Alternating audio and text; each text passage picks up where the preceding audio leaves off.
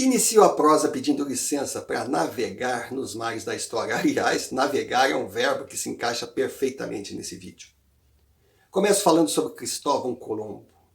Afirmar que esse homem chegou até aqui porque se perdeu quando tentava viajar até as Índias é, no mínimo, manchar a reputação e a biografia de um grande navegador. Ele jamais se perderia, mesmo sem instrumentos, conhecia todos os atalhos da navegação.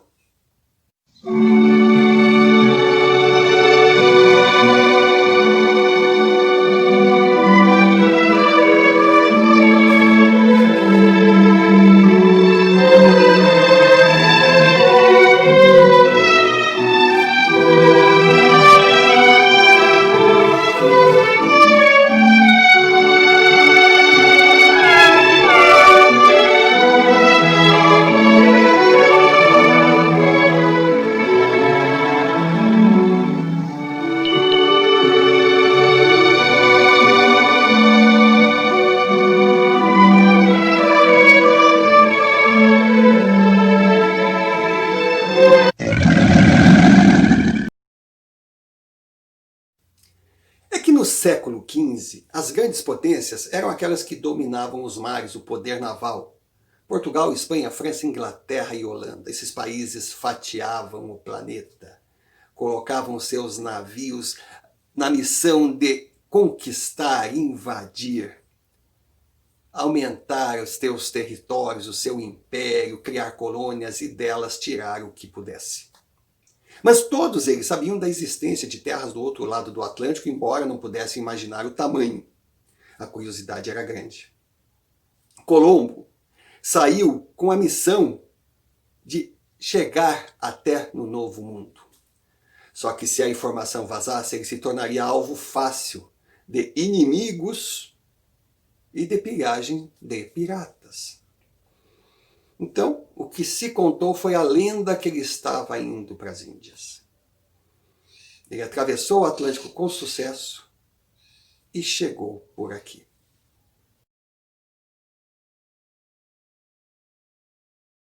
Fincada a bandeira espanhola, deu-se início a uma grande tensão entre as potências, porque a Espanha se dizia dona de tudo, pois tinha sido a primeira a chegar. Uma grande guerra podia explodir entre as potências. A Igreja intercedeu e criaram um tratado, o Tratado de Tordesilhas, uma linha imaginária que fatiou em dois pedaços o planeta. Da linha para o oeste, terras espanholas, da linha para o leste, terras portuguesas. Assim se acomodavam as duas maiores potências da Península Ibérica, que estavam a ponto de declarar uma guerra que seria catastrófica para o mundo todo. Com o Tratado de Tordesilhas, dois detalhes saltaram aos olhos. Que vejam bem, no nosso território, aqui no Brasil, essa linha vinha da Ilha do Marajó até a Laguna, em Santa Catarina, ou seja, da linha para a direita, para o leste, terra portuguesa, da linha para o oeste, terra espanhola. Do Brasil aos Andes, ficou para a Espanha. Portugal entrou numa fria. Mas tudo bem, os dois trataram de organizar a sua forma de colonizar.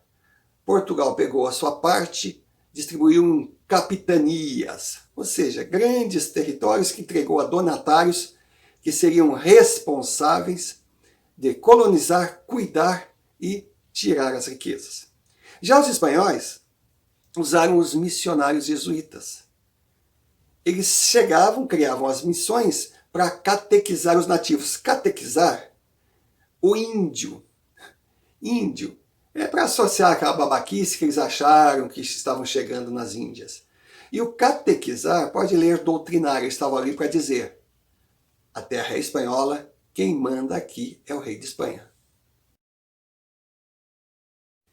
Os missionários espanhóis se instalaram no outro lado do rio Paraná, onde hoje é o Paraguai, e do rio Iguaçu, onde é a província de Misiones, na Argentina. Só que os portugueses, insatisfeitos com o que tinham assinado, começaram a invadir as terras espanholas e atacaram essas missões. Detalhe, os missionários, quando vieram para cá, trouxeram da Europa um animal doméstico, o gado. com esses ataques, eles desceram mais para o sul e criaram novas missões, onde hoje é Santo Ângelo, São Miguel e Juí, as famosas missões gaúchas. Mas os ataques aqui também aconteceram. E esse gado se tornou um animal selvagem, porque ele se soltou no campo e se dirigiu para os pampas. Por quê? Porque ele prefere a terra plana, porque vive ruminando, mastigando, procurando alimento. Então está sempre andando. Até em nível de curiosidade, o gado de corte é criado em região plana. Porque se ele for criado numa região que sobe e desce morro, se tornará musculoso. Região com serras, o gado leiteiro. Mas as missões aqui foram atacadas, mas continuavam territórios da Espanha, e Portugal queria esse território. E com esse gado solto, surgiu uma riqueza, o couro do gado. Aí, tropeiros começaram a descer lá do mercado de Sorocaba, lá do centro do país, apenas para caçar esse animal. Era uma caça assassina. Chegavam, matavam, tiravam o couro, deixavam a carcaça apodrecendo no campo. O couro se tornou uma riqueza tão grande que começou a servir como desculpas militares e políticas, ou seja, o governo português criou a Colônia del Sacramento, às margens do Rio da Prata, lá no Uruguai, um forte. Dava como desculpa que estava ali controlando o contrabando do couro, que poderia sair pelo Rio da Prata. Mas, na verdade, ele estava dentro do território espanhol, numa área estratégica. Claro que Espanha não queria saber do português ali. Então fez uma proposta: trocar a colônia del Sacramento por toda a região das Missões. Portugal aceitou. Aceitou e subiu um pouquinho mais em Rio Grande e criou um porto, que hoje é o Porto de Rio Grande, o maior porto marítimo do Rio Grande do Sul. Mas na troca, Portugal colocou uma exigência. Aceitaria sim, mas não ia querer nenhum remanescente da colônia espanhola na terra. Ou seja, o pobre índio que estava ali, vivendo pacificamente, que já tinha sido catequizado, já aprendera a ler, a escrever, se tornou inimigo dos dois lados. E aí esses índios foram caçados para serem escravizados. E o índio, ele não abre mão de sua liberdade, ele prefere morrer do que viver preso. Aí surgiu a figura de Sepete Araju, o grande líder que dizia: nós preferimos morrer do que vivermos escravos de alguém. A história de Sepé foi linda e triste, pois dizimaram todos os índios da região, mas eles morreram lutando. Mas voltemos aos tropeiros. Esses homens, tanto fazia, negro libertado, índio catequizado, português, espanhol, holandês, indiferente. Ele era um tropeiro. Ele tinha uma forma característica de vestir, ou seja, tinha uma calça larga, a bombacha, que muitos dizem que foi copiada dos egípcios. Ela facilitava na tropeada, no cavalgar.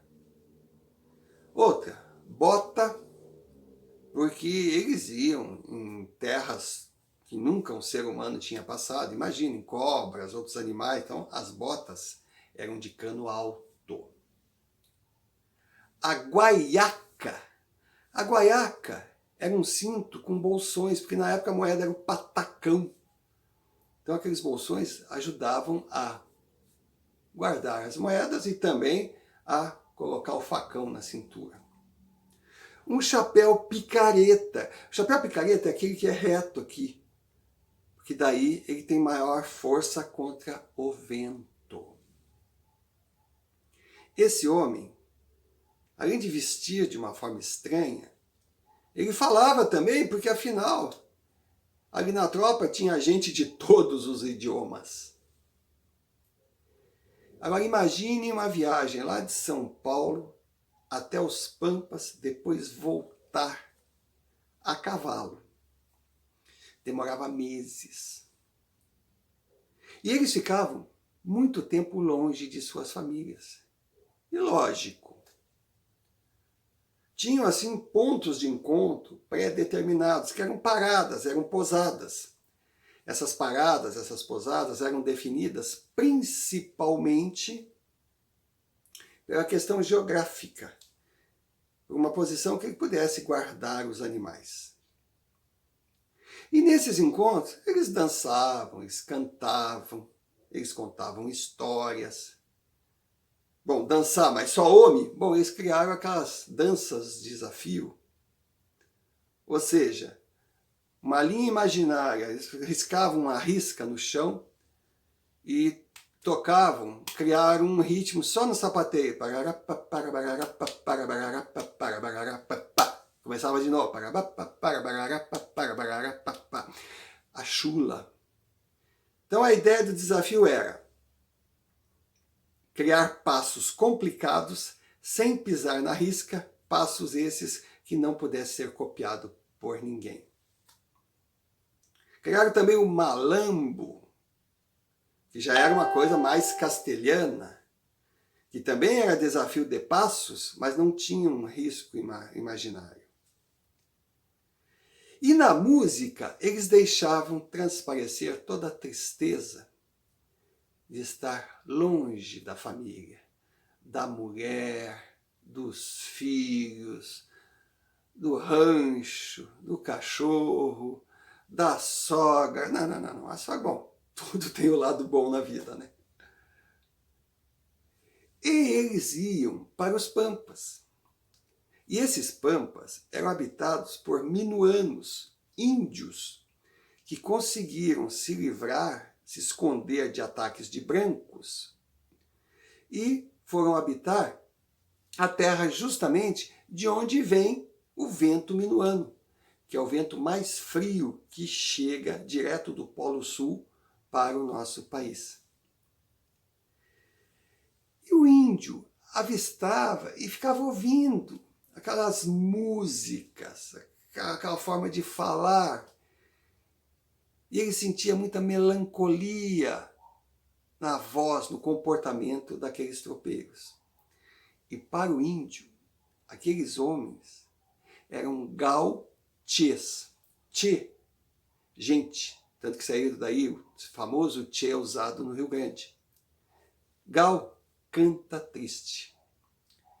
Gauchê, no minuano, gaucho, no castelhano, gaúcho, no português. Gaúcho, gente que canta triste. Gaúcho, um povo que criou divisas lutando por elas. Então, é sobre o gaúcho que eu quero falar. Mas farei melhor. Deixarei o poeta dizer aquilo que eu não tenho talento para dizer. Certa feita na academia de Direito, uma professora me perguntou: por que vocês ostentam essa mania de querer ser mais que os outros? De querer fazer alguma coisa que vocês não são? E aquilo me chamou tanta atenção que eu respondi para a professora: professora, os homens dessa terra adquiriram na guerra o direito de viver em paz. E o gaúcho é assim, de nascença, como se forjou esse homem. E aí vim para casa e escrevi. E o outro dia eu li no hall da entrada, num 18 de setembro, eu li para ela e expliquei o que é o gaúcho. Mas o que é gaúcho? Tu sabe o que é gaúcho? O gaúcho...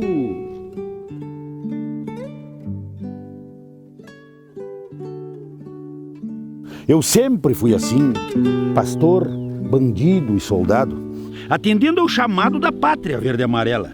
Se eu andei com sangue a meia costela, marcando as linhas da geografia, com a mesma fidalguia e sempre de lança em riste, eu sou o homem que canta triste com a mesma galhardia. E é por isso que eu trago comigo esse ar de rebeldia. Se eu sou a mescla da valentia de índios, negros, maragatos, pica-pau de chimango, eu morro peleando e não me entrego, e a pátria eu não renego, mas é preciso mudança. Brota em mim uma esperança dos perdidos que eu carrego. E como dizia Dom Jaime, como encontrar os perdidos num país desse tamanho? Se venderam o rebanho e os homens foram vendidos, e esses os chamados entendidos que falam de cara risonha, defronte uma crise medonha, de roubos, de estelionatos, corrupção e orgia, quem mente todos os dias vai ficando sem vergonha. Mas aqui, na Santa Maria da Boca do Monte, onde é meu parapeito, eu sigo exigindo o respeito dos que comandam a nação. Se somos nós, o Rio Grande, em prontidão, e disso não arredamos o pé, porque assim gritou onde o cepé que essa terra que tem dono, são teses que não abandono, porque somos guapos, tauras e temos fé. Eu sou o Garay. Depois de levantar e aplaudir o grande Garay, eu, Romário Oliveira, lavrei o presente vídeo que será assinado por mim e pela história. Assunto encerrado e ponto final.